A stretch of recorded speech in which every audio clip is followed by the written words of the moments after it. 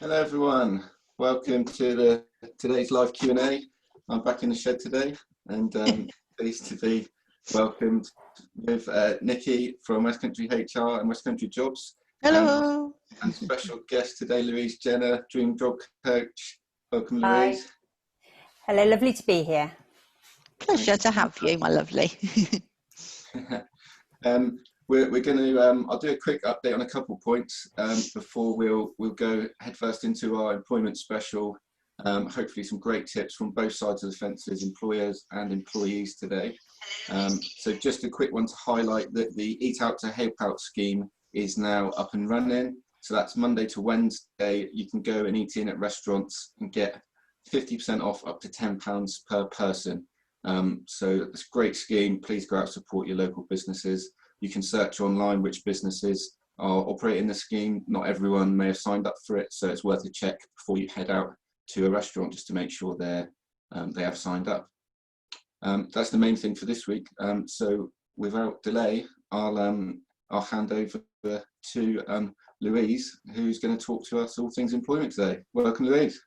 Oh, thank you so much again for having me. Lovely to see both you and Nicki. And it's an interesting time, isn't it, to be either hiring people, looking for a job, or sadly maybe letting people go. And there's no doubt about it in my mind. This is one of the most challenging periods that we've ever faced in this kind of industry. So lots of people out there on the market, lots of people looking for jobs. And if you are one of the businesses that is actually flourishing during this weird time and you're taking people on, you've got your pick, haven't you? But that means that there's ever more competition for the jobs that are out there, and people have got to have a really different approach, I think, to making themselves stand out in the job market.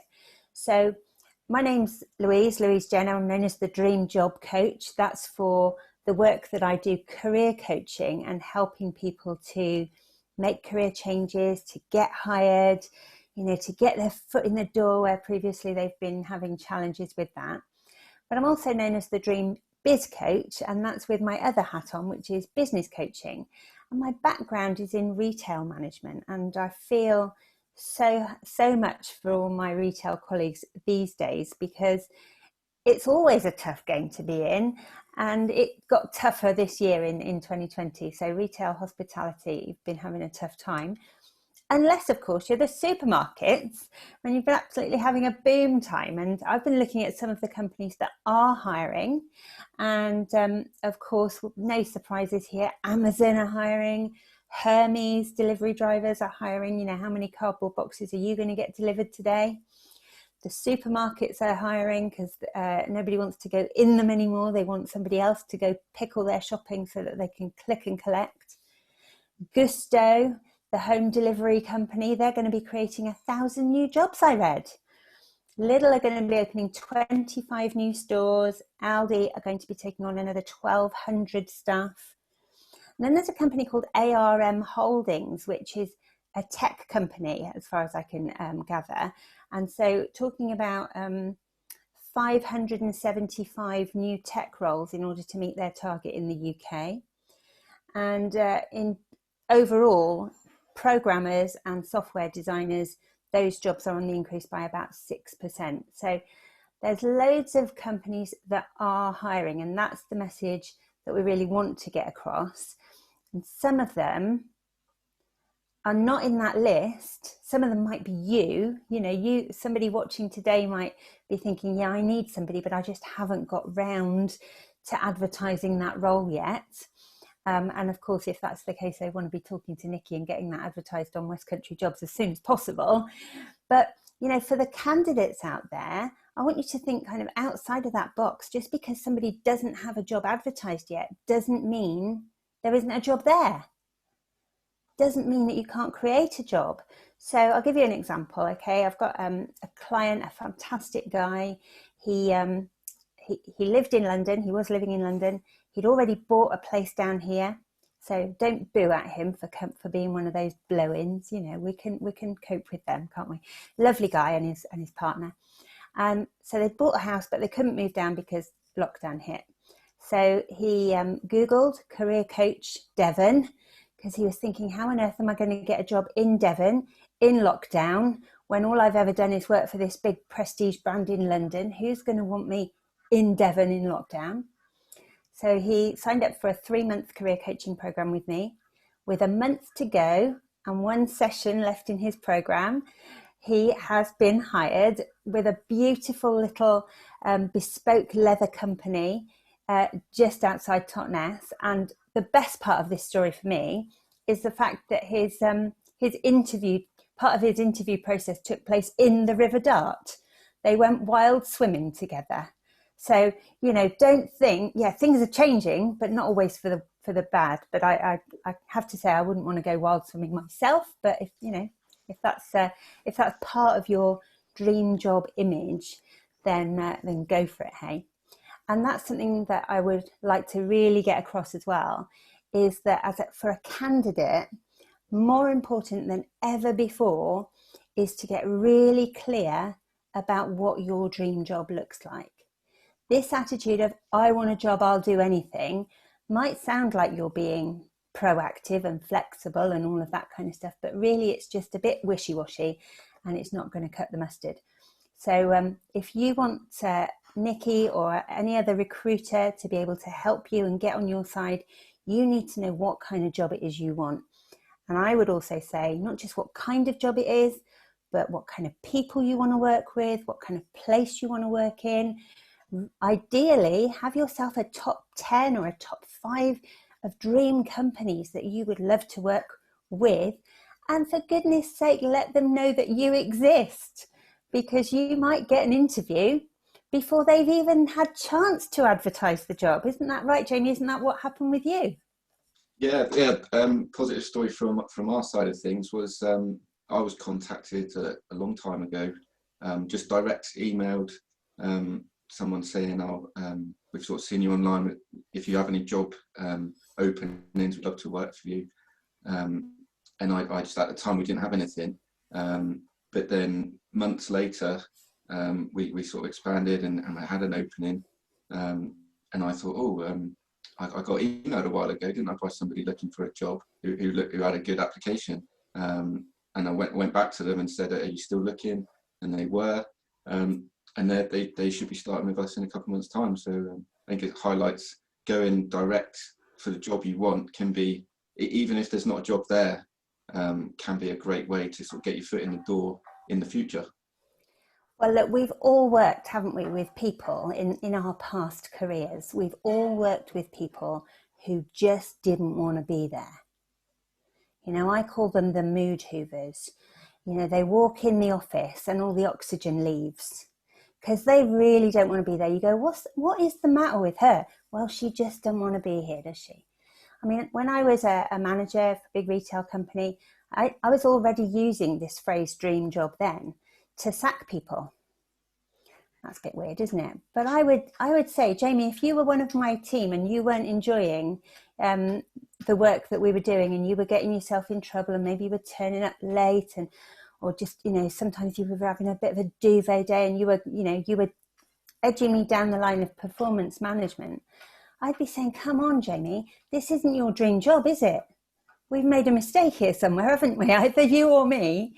We've made a mistake. You need to go and follow your dream and become an accountant, because that wasn't your dream job, the job that you were in. So that's everyone's dream, right?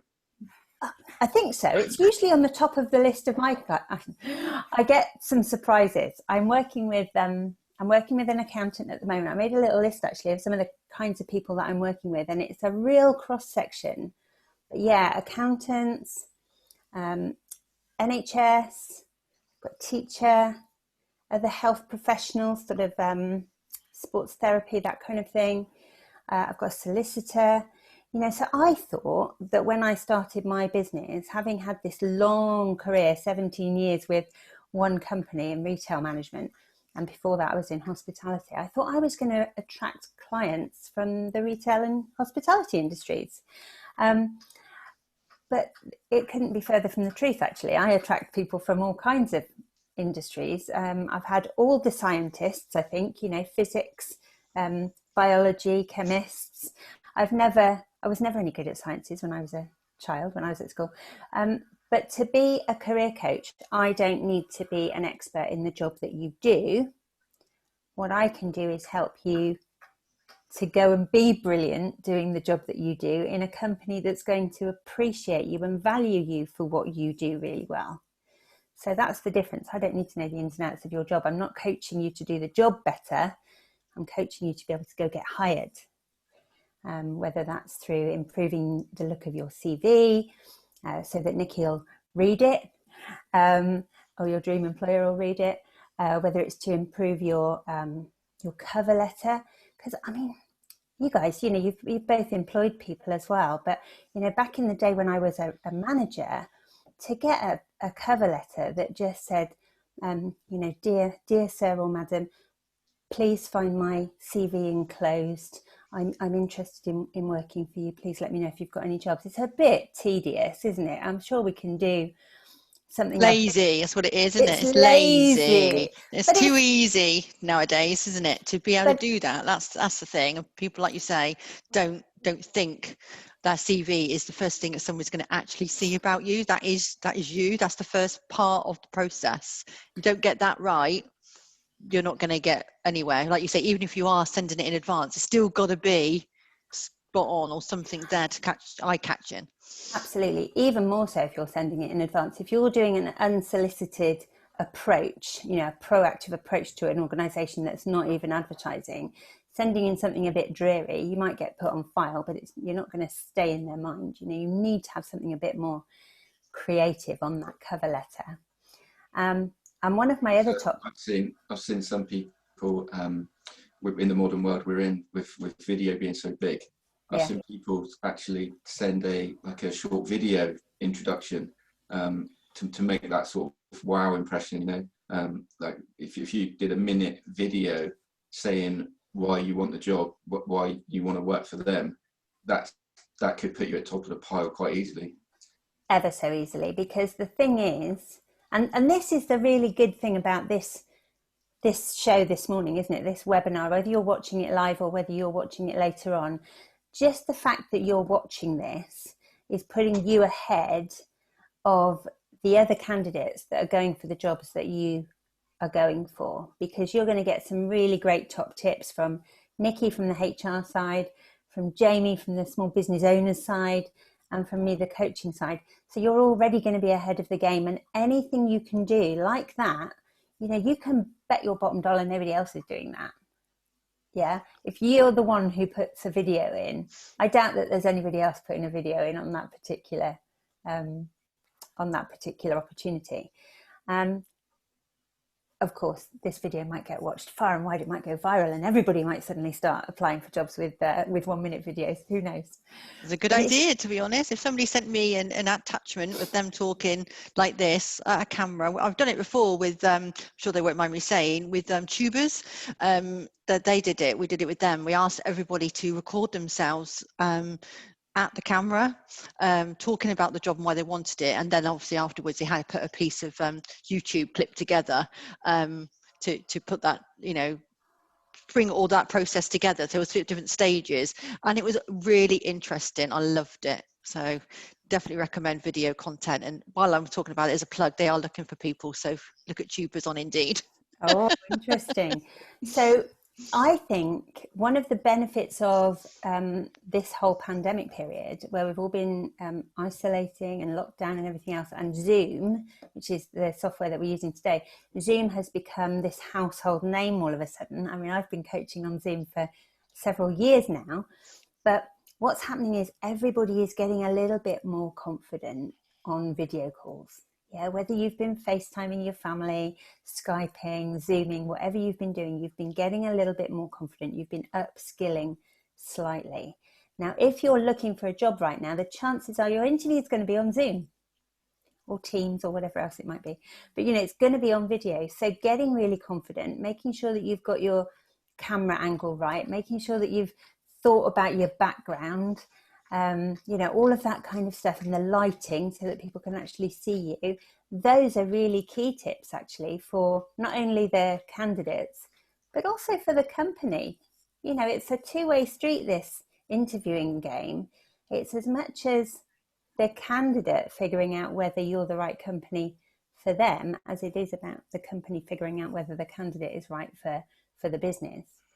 So that's an interesting bonus, isn't it, from this period where we've all got really, really comfortable using Zoom. Some of us more comfortable than others, of course, but we're getting there, aren't we? Yeah, indeed. I never wanted to do it. Never done video up until March the 24th. So, and now I love it. It's great, isn't it? Don't have to leave the house. You can guarantee the quality of the coffee. It's brilliant. I'll show you one little story you'll like for CVs, Louise. I don't know if I've told you this one. Not like long ago, actually. I can't remember what job it was, but anyway, CV came and it was attachment, and so was a covering letter. But when I opened the CV, let's just say it wasn't what he thought he was attaching. I don't know whether he meant to do it or not. I don't think he did, but he attached a picture of a lady, and let's just say it was like page 3-ish lady, shall we? I actually did email him back and say, Whoops. Did you mean to send that to me? And I didn't get a reply. So Hence, he didn't no. get the job. It was a no. Yeah. Oh, how to scupper your chances. We were talking about this, weren't we? Just, how many times do we write on our CV, got great attention to detail? I bet that guy had that on his CV. Probably. Well, he didn't have that great attention to detail, did he? Because he attached the wrong image. And great attention to detail, and then you spell detail wrong. Yeah. Or liaise is one of my favourites, or apologise. It's the ones that have got the Z's and the S's in it that don't get me. Yes. So don't rely on the computer spell checker, is my number one piece of advice, because there's so many different ways to spell English words that, the computer's bound to choose the wrong one for you. So I think, Jamie, you said earlier when we were talking beforehand that it's a really good idea to get somebody else to proofread your CV and your cover letter before you send it, because we get word blind, don't we? When you proofread your own writing, you're the one who made the mistake. So if you made it in the first place, you're likely not to pick it up afterwards when you're looking through it again. You might do, but I had a CV sent through not long ago where somehow a letter had been replaced by another letter throughout the whole CV. Wow. I don't know how it happened, but whoever sent it over obviously hadn't checked it back what they were sending, but it just straight away, as an employer, it sort of switches you off because you don't really want to read it. Absolutely. So I just say it's your first impression, isn't it? It's before you even perhaps meet them or walk in the door. That's your first impression, and if you can make that stand out somehow. I know you spoke earlier, Louise, to us about Canva, wasn't it? Where they've got sort of unique layouts for CVs to make yourself stand out a bit more than just a basic Word document that you've drawn up. I think I've had one before which really stood out because it was laid out in a really different way, and little things like that, because you could see like tens of CVs and some of them could be a lot similar, and just a little thing like that might make you even be read. Some people might not even be read, as harsh as it sounds, because some people are so busy that they might just glance through them for someone who stands out. And if you could be that one that stands out by being a little different. Absolutely, I couldn't agree more. Back in the day when I was receiving CVs and application forms, they used to land in a big thud, like fan mail on their desk, because they all came in the post. The ones with the scruffy handwriting, or the mushed up spelling or whatever, they just went straight in the no pile. You didn't read the content. Now that maybe does sound harsh to some candidates, especially if you're going for a job that doesn't really require you to have good spelling and grammar and all of that kind of thing. But my reckoning on this is getting it right, making the effort to get it right even when it's not necessary for the job, shows a level of respect for your future employer. It shows a level of enthusiasm for that company and for that job. And those things, you can't just write down, I have respect for you. You can't just write down, I'm enthusiastic. You have to demonstrate it. And that is a simple way of demonstrating your respect, your enthusiasm, and your attention to detail and your ability to focus and get things right just on that written page, which is all they've got to go on in the very first place. Just going on from that, this screening process, you know, one of the reasons that I became the dream job coach is because when I made I always joke that it took me 4 years to make the overnight decision to quit my job, but it really was overnight in the end. And when I stopped and thought, okay, what am I going to do now? I reflected and thought, right, what was the best bit about my old job and what was the most frustrating bit? And the best bit, so I worked for a big furniture company that you might have heard of. It's usually got a sale that's ending on Sunday. And the best bit was undoubtedly sitting on sofas, drinking coffee, talking to people. Fancy getting paid for sitting on sofas, talking to people, huh? But the biggest frustration I had was with recruitment. And I knew that over the years, I must have screened out of the process some potentially good people. Why would I have done that? Well, because of the standard of their CV or the standard of their application form, they might not have even got an interview. Or when they turned up for interview, the person in real life didn't match the fantastic application that they'd put through, or maybe that their mum had put through, somebody else had written for them, you know. So there was that mismatch. And I just thought, gosh, if I could get to some of those potentially good people, and I do hope that some of you are watching now, you're potentially good people, but you keep getting knocked back because of something that you're doing on your CV, something that you're not doing on your CV or your cover letter or your LinkedIn profile. You know, it could be there as well, couldn't it? Or another bit of your social media, because this was just coming in as I finished. You know, I've been coaching now since 2013.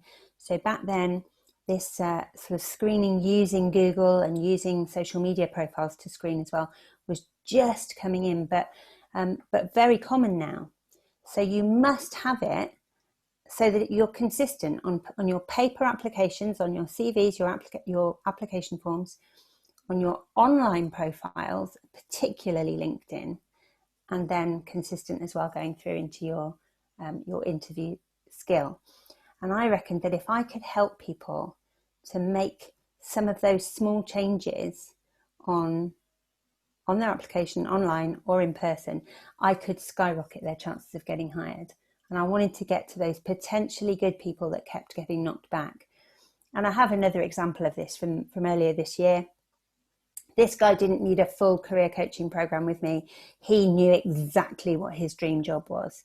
He wanted to go and work in a certain organisation. He'd had his eye on it for years. And he kept applying whenever a job came up. He kept applying. He always got an interview. Okay, so there wasn't anything wrong with the way that he was applying. But he kept getting pipped at the post at the interview. Okay, so he had a little mini interview program with me, interview prep program, which was 2 sessions, a little bit of homework in between because he had his interview coming up. And I'm so pleased to say that after 2 years of trying to get into that organisation, his dream employer, he went to that interview, he absolutely nailed it, and he's now started during the pandemic. So he's in his dream job, started in June, and getting his feet under the table finally. So, you know, it's not the person. He was that potentially good person who was just shooting himself in the foot at interview and just needed to make a few adjustments, and away he went. It's wonderful. Well done. That's great news. Very positive news. I did somebody's CV for them actually not long ago. We all won't say who they are, but we will kind of, I think we would all know who he is. And he got a job straight away with it as well. Just because I tweaked it, you know, when you know what you're doing, you know what you're looking for, you know, I put it in an order and changed it and lay out a little bit and buzzwords in it. Yeah. And he got a job. So it's all good. That's what we're here for. Going back to Jamie's point about Canva and the layout, you know, you want to be able to stand out, don't you? And you're right, Jamie, they've got these wonderful templates on CV templates on there, but you do still have to jiggle them about a little bit. My top tip for Canva when you're looking, don't search CV, by the way, because it's an American company, so it's under resume templates is what you need to be searching for. But then you'll get an array of wonderful templates. Now, they've got some sections in there that I would omit. it's fair to say, Nicki, isn't it, that the statement at the bottom, references available on request, is redundant, for want of a better word. We know, you're not getting the job unless we get references. So you don't need to state the bleeding obvious at the bottom of your CV. There's often things at the bottom you think that are necessary, and one of those is it's you're wasting space. Yeah. A CV shouldn't be much. I don't know what you think, Louise, but I just think 3 pages probably. I think it's hard to get on 2, but I get mine on 1. Yeah, see, that's what they say, isn't it? You should be 1 piece of paper ideally. So don't waste it giving names of references and your schools that you've gone back to. You just need, I don't even know whether you need your GCSEs and things like that. You can get it in there in a very short space, really. You don't need to put that I went to these schools from that year to that year. You're just giving your age away by doing that anyway. So I just tend to put GCSEs, maths, whatever they are, and the grade, and leave it as that. Depends on your age, doesn't it? When you're just leaving school, if you're a recent graduate, or if you've just left school now, you're going for an apprenticeship or whatever, your education and your grades, they are everything you've got. Okay, unless you've had a paper round or you've worked in, you've had a Saturday job or whatever, definitely get that in. Because if you've already been paid to do something by somebody, then that's going to give confidence to the person that's hiring you that they'll part with their money to hire you. But your grades and your qualifications are everything you've got at that point in your career. Excuse me. Later on in your career, once you're in your 30s, 40s, 50s and beyond, probably where you went to secondary school and what O-levels or GCSEs you got, probably less relevant. And, you may have done several different careers by the time you get that, to my age. You might have, you might not have worked 17 years for one company. You might have had 2 or 3 careers by this time. In which case, think about what you want to do now and only include the bits that are relevant to that. Because otherwise you're just going to confuse people. If you've got, let's take a teacher. If you've got your PGCE, and because you've been a teacher forever, but now you don't want to be a teacher anymore, you have to think to yourself, is that qualification relevant to the job I am going for? If you're going for a trainer's job or even a coach's job, then it might be absolutely relevant. But if you're going for something completely unrelated to teaching or training people, then, arguably it's not so relevant. So I think the key to keeping your CV concise is to make sure that you're only including what's relevant for the job that you're going for. And the thing about keeping it short is that I see your CV as being an advert for you. It's not your CV's job to get you the job. It's your CV's job to get you the interview. So you want to put information on your CV that is going to make the person reading it think, I need to meet him, or I need to meet her. This looks really good. I need to know more. Whereas if you tell them everything on the CV, they could easily make a decision, and it may not be a favourable one, without meeting you.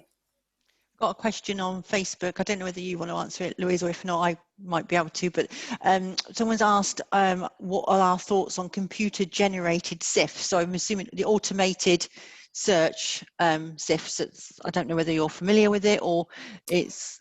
Is this the applicant tracking systems and that kind of thing? Where it will pick up. I've not used it, but I think they're referring to when the system is doing it for you. So I don't have one, but some systems will obviously pick up keywords, I'd imagine, and then it will send you them. This is from the employer's side? So the employer would have a system that would automatically track what they're looking for and then send the CVs rather than a human going through it. I think that's what Sarah's referring to. So I can't see Facebook, so I don't know. But is Sarah the person who's asking the question? Sarah, yeah. She's asking whether having this system, this automated system, is a good idea for an employer.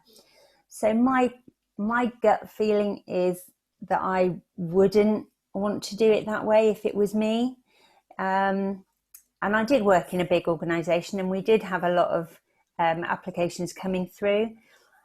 This might be me being a bit of a traditionalist here, but I want human eyes on that. I agree with you, Louise. I don't like it. I've seen it. I don't like it. You're not going to pick up, like you say, the like you say, you spent all that time on your CV. Well, you may as well not bothered then, you may as well go back to I can't be bothered. I'm just going to put the keywords in and I'll get picked up. Yeah.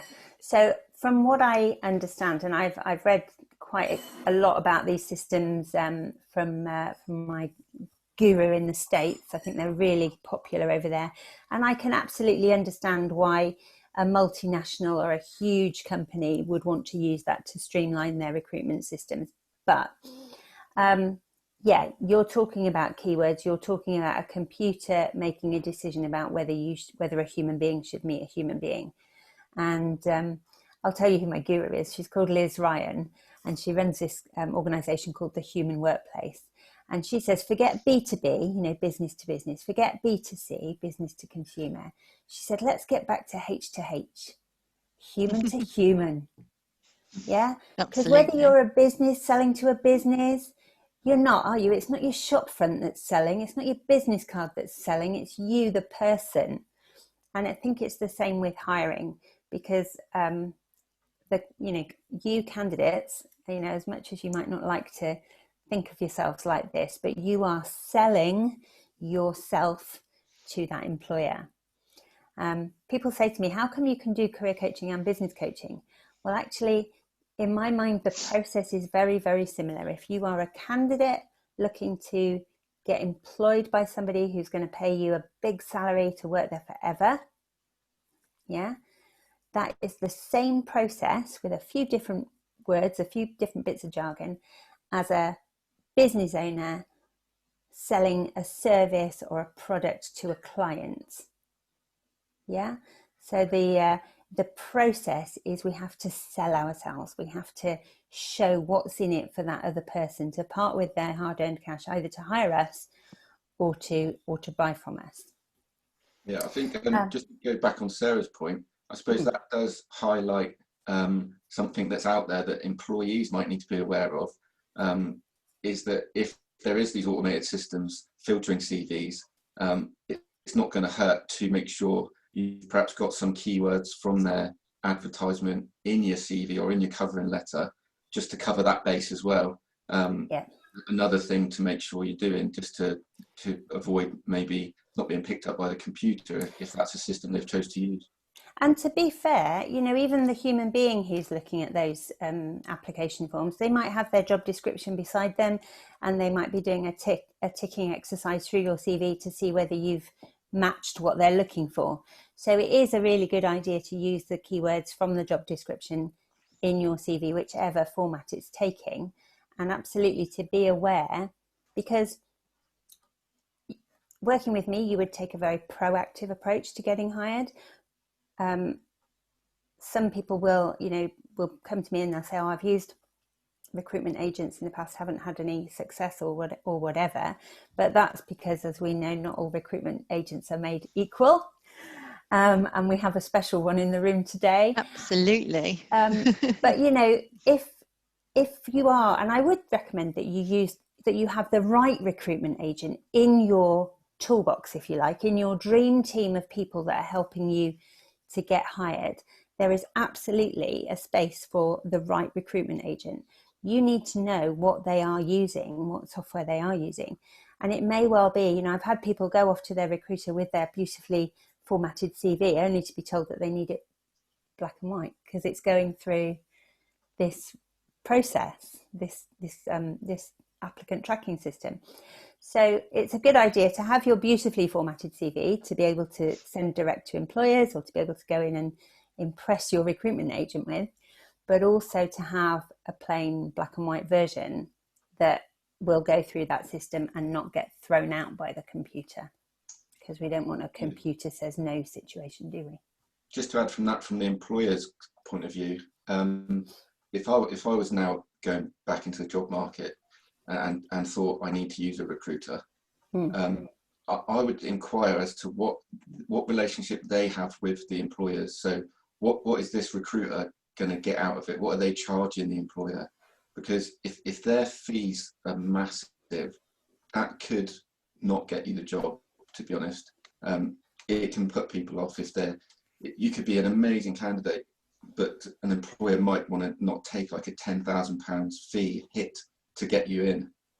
They might not be able to take that risk, especially in the market we're in at the moment with COVID. So just be careful, like know what the recruiter does and what they're charging. There's modern recruiters like Nicki's West Country Jobs who have a different approach to the traditional recruitment. So I would just say that as a tip, know your recruiter. Don't just think, oh, everyone uses them, so they must be the way to go. It might not be the case. 100%. 100%. I mean, we used to, as when I was, again, going back to my previous career, I would use local recruitment agents. I tended to use the smaller ones, even though we were a big company, because their fees were more competitive, but also because it felt like they had a better relationship with the candidates as well. But one of the important things to understand about recruitment agents, the others, not Nicki, the others, is that they're not working for the candidate, they're working for the employer. The employer is the person who's paying them. And it can be, can't it, Nick, between 10 and 30% of the first year's annual salary for that particular role. So if you're talking about a 30 grand a year role, that employer could be paying £9,000 for that recruiter to place that person. So yeah, what Jamie was saying is, that's a lot of money that's kind of going away from either the employer or the candidate. But it is, they are paying to get that match. So coming back to this proactive approach, if you can really focus on thinking, who is my dream employer, and make sure they know about you before they've even needed to advertise, then you will be beginning to tap into what we call the hidden job market. So somewhere between 60 and 80% of roles are never advertised. And actually, I saw this from an employer's point of view as well, from a business owner's point of view. I saw this stat in a slightly different way yesterday on one of the networking groups around here. I think it might have been on your partnerships, saying that 80% of hires are through networking.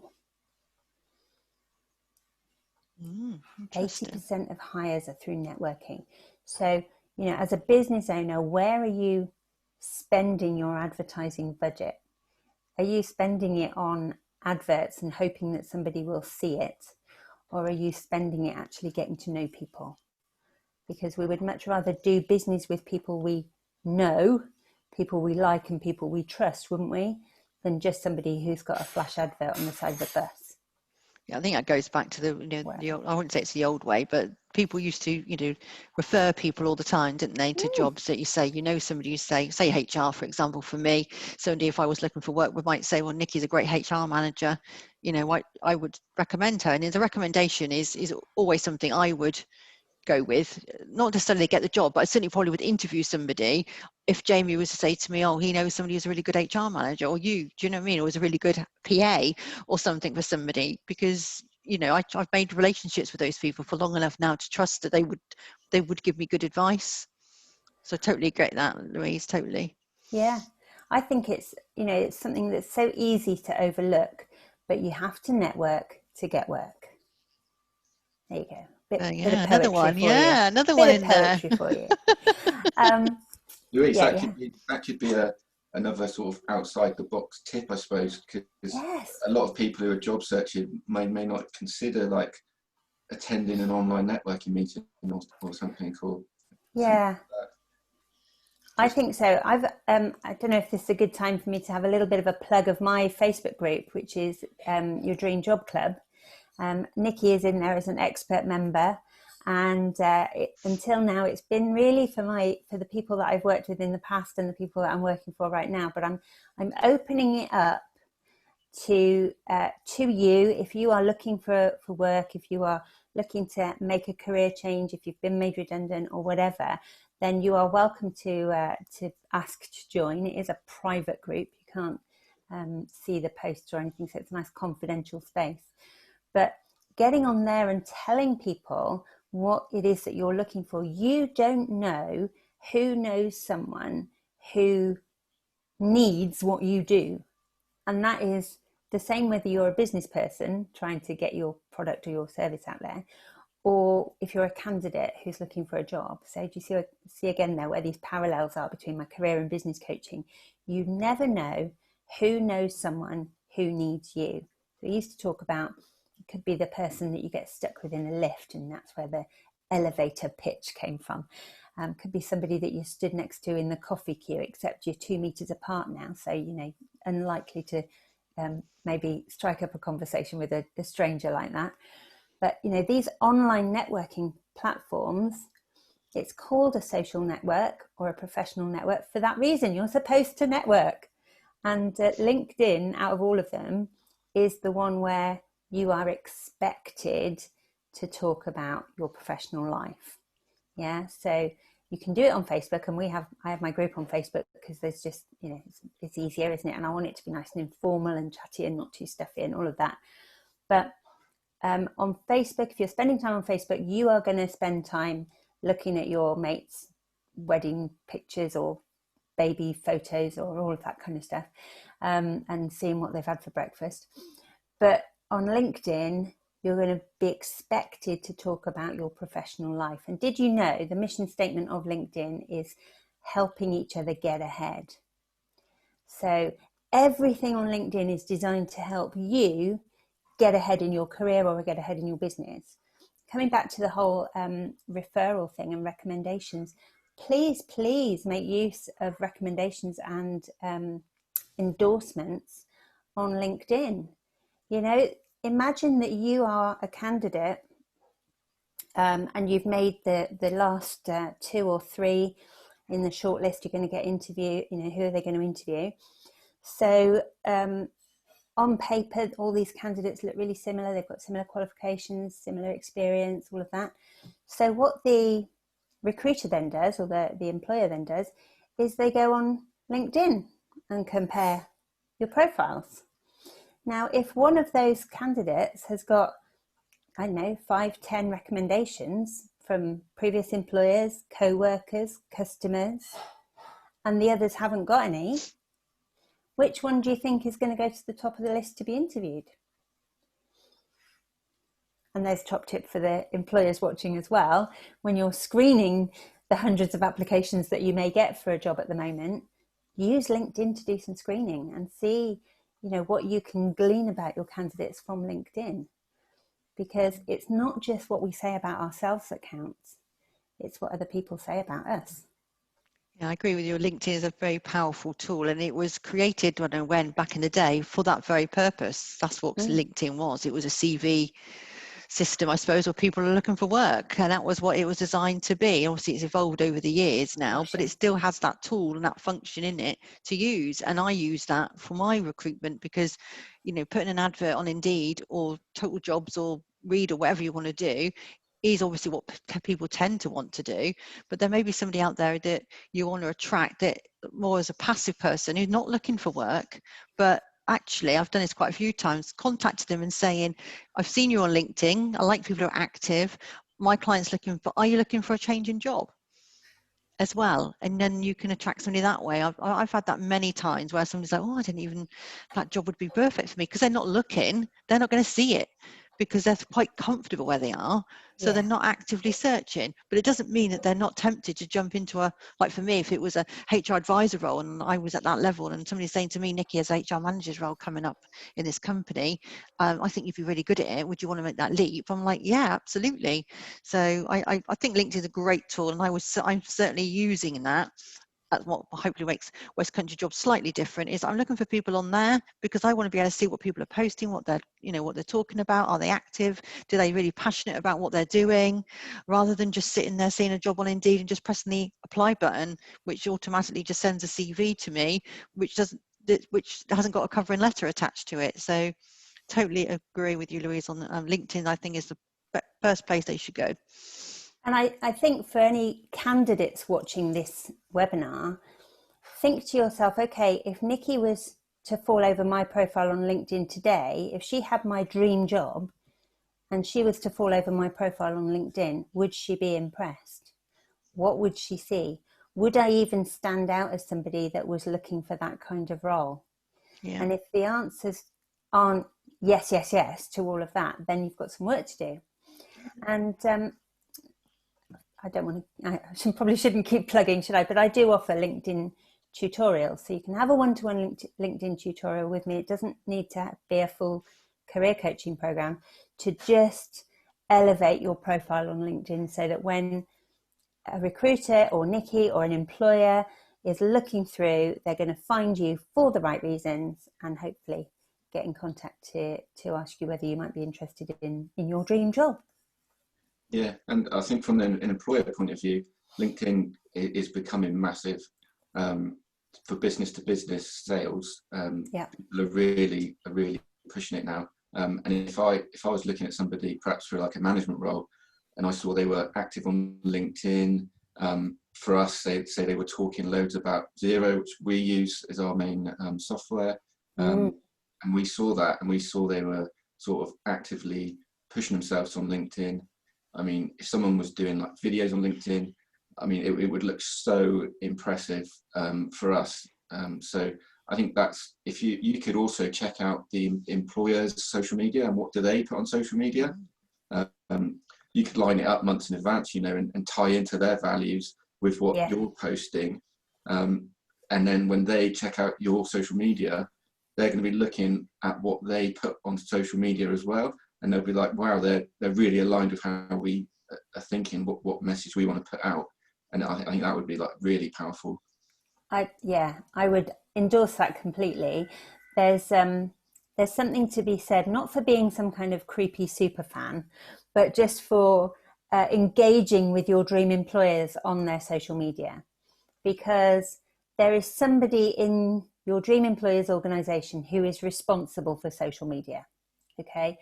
And it's a tough gig trying to get engagement, isn't it? You know, for any business, trying to get your likes up and your comments and all of that kind of stuff. So if you want to stand out to your dream employer as somebody who agrees, is on the same page, all of that kind of stuff, a positive comment on their social media is going to make somebody in that organization go, oh, we got another like from Jamie Dawes. Goodness me. You know, so you will be being talked about in their tea room before a job has even come up. And, you know, at some point, somebody's going to go, so who is this Jamie Dawes then? Let's go and have a look and see what he's up to. And you know, who knows what could come from that. So definitely engage on social media with your dream employers. Good idea. Thanks, Louise. I think we're approaching record time for one of our webinars. Are we? And get highlights of how much advice Louise could give to somebody searching for a job. And from the other side of the fence as well, I think if you're an employer and perhaps you're struggling to fill a role, you got to sell yourself as well to the employees that you want. So I think from speaking to Louise earlier, she's talked about a strategy for sort of making sure you're attracting the right type of people. Well, we didn't even cover that. We'll have to do another one. We'll have to do another one.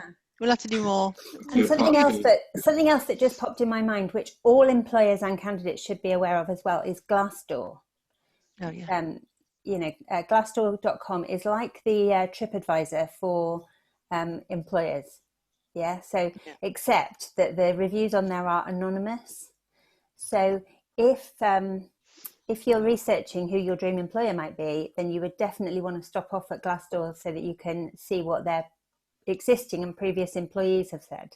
That's a really good tip, Louise. I wish I'd done that in a job that I was in 6 years ago, because if I'd read the Glassdoor first, I didn't really know about it, to be honest. I'm sure it wasn't even there then. I think it might have been, but only just. Yeah, okay. I think so, but maybe it wasn't. But I've nosed around since I left there and looked at the comments since, and nothing's changed. So the reason why I left is everybody else is still unhappy. And you might be an employer out there watching this video who's never heard of Glassdoor, because it's not, you know, not everybody has, but you might have already got reviews on there. That'd be worth having a look at. Yeah, definitely. You've got to be very brave to put it out there, because once you're on there and people can leave a review, if your company's a bit toxic and your culture's not very good, it'll be all over it. Yeah, but you don't have to put yourself out there. People can review you. It's not your decision whether you're on there. It's the employees, and it's anonymous. Yeah. So it's a powerful tool for candidates. So I appreciate that we are running out of time, and I would be really happy to come back and do some more, especially on the 3 questions that you definitely need to be asking if you are interviewing. So if you're an employer, and for candidates, the 3 questions that you definitely need to be able to answer in order to get hired, which is really the bedrock of my coaching. I don't know if you're free. Are you free next week, Louise, to do a part 2? I don't know if I am actually. Let me check. We can well, if not, we can always come back another time.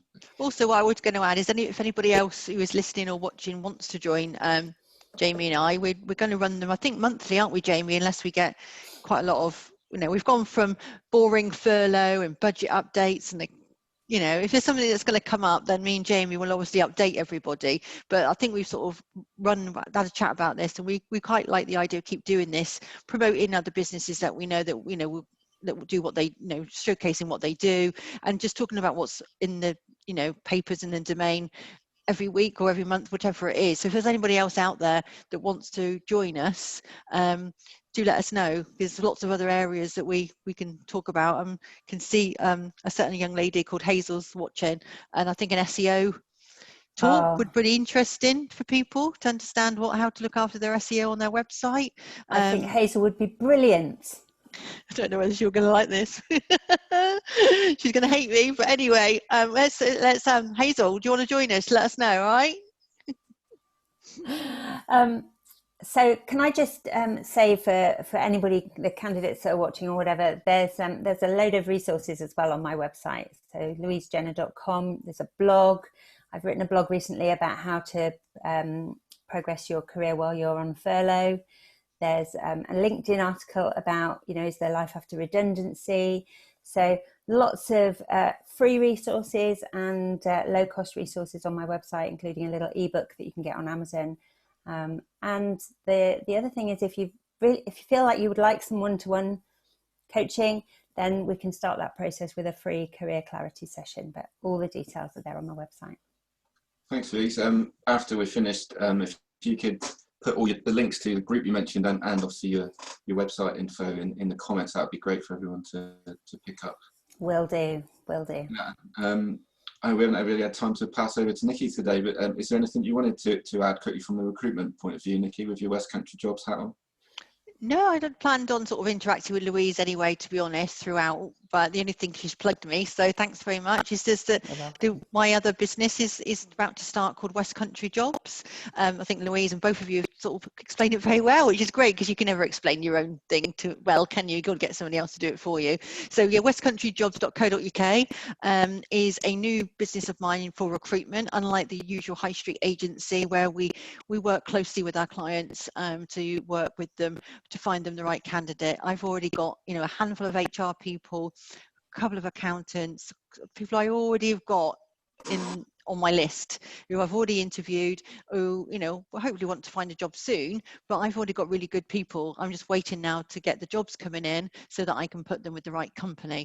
So that's the kind of way I work. I get good people there first. I'm not reacting to an advert, I'm proactive. So I've got the candidates. I haven't got hundreds because I don't need hundreds. I just want really good candidates that I know that I can refer to my clients when a job comes up, like Louise said. So if you're thinking, I might be looking for an accountant in 3 months' time, then that's the sort of thing you need to let me know, because I will have some people who might be looking for a job and ready to go. And like you say, it just might be the right time now than waiting. And we don't charge high street agency fees either. You pay for what you get. So you're paying for a service like the HR retainer. So that's my plug for the day. Thank you very much. westcountryjobs.co.uk.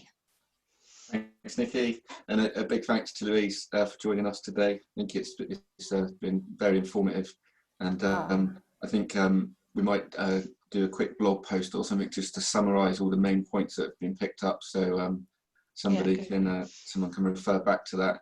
And hopefully you'll come back next Tuesday then, or the next time we're doing it. Yeah, I can't do next Tuesday. I did just have a look. Tuesdays and Wednesdays are my coaching days. I've taken some time off this week. So why am I sitting at my desk? It's because I love it so much. But I'm not coaching this week, so I was able to come on. But Tuesdays and Wednesdays are my regular coaching days. Thursdays for the free career clarity sessions. So I can't do next week, but I would love to come back on another time. If we'll just get it in advance, get it booked in advance, and I'll make my calendar work. Yeah. Okay. So we'll book that in for a future date. And yeah, as Nicki said, unless there's a major government update again, we'll switch now to sort of a once a month special. Hopefully add some value for everyone.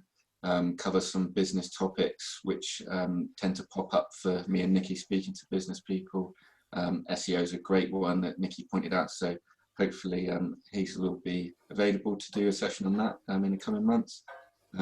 So yeah, we'll look to keep these going, and look forward to welcoming Louise back when we can fit in on our schedule. Been a little bit like Philip and Holly Willoughby on here. It's good, isn't it?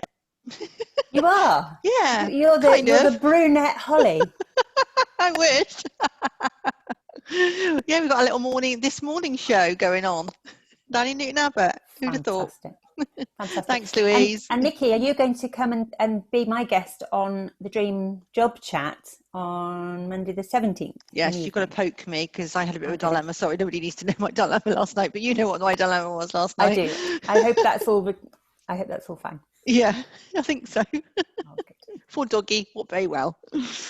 Anyway, over to you, Jamie. Wrap it up. Yeah. Thanks everyone. Thanks again to everyone, and yeah, keep an eye on our page, and we'll let you know when we're back for the next session. Look forward to seeing you all then. Thanks again, everyone. See you next time. Thank you. Bye. Bye. Bye.